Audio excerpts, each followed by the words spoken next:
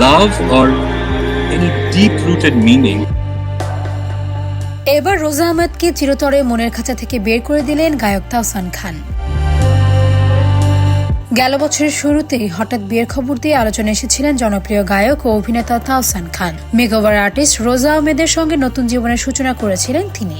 তবে বিয়ের 1 বছরের মধ্যেই সেই সংসার ভাঙনের মুখে। জানা গেছে বিয়ের কয়েক মাসের মধ্যে তাহসান ও রোজা আহমেদের সম্পর্কে টানাপোড়েন শুরু হয়। এমনকি গত কয়েক মাস ধরেই তারা আলাদা থাকছেন।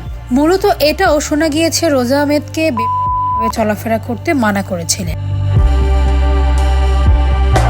এবং সেটা রোজা আহমেদ শুনেননি। মানা করাটাই তো স্বাভাবিক। কিছুদিন আগে সঙ্গীত জীবন ছেড়ে দিয়ে দিনের পথ বেছে নিয়েছেন তাহসান খান, আর এই কারণেই তার স্ত্রী রোজা আহমেদকে এসব ছাড়তে বলেছিল।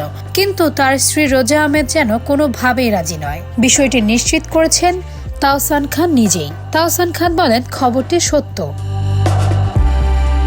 দীর্ঘদিন ধরে অর্থাৎ জুলাইয়ের শেষ থেকে আমরা বিচ্ছিন্ন এবং আলাদা থাকছি। সঠিক সময় এলে তখনই এই বিষয়ে বিস্তারিত বলবো।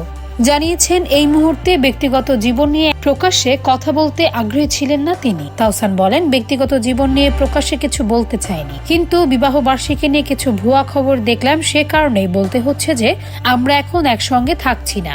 উল্লেখ্য, রোজা আহমেদ একজন পেশাদার মেকআপ আর্টিস্ট।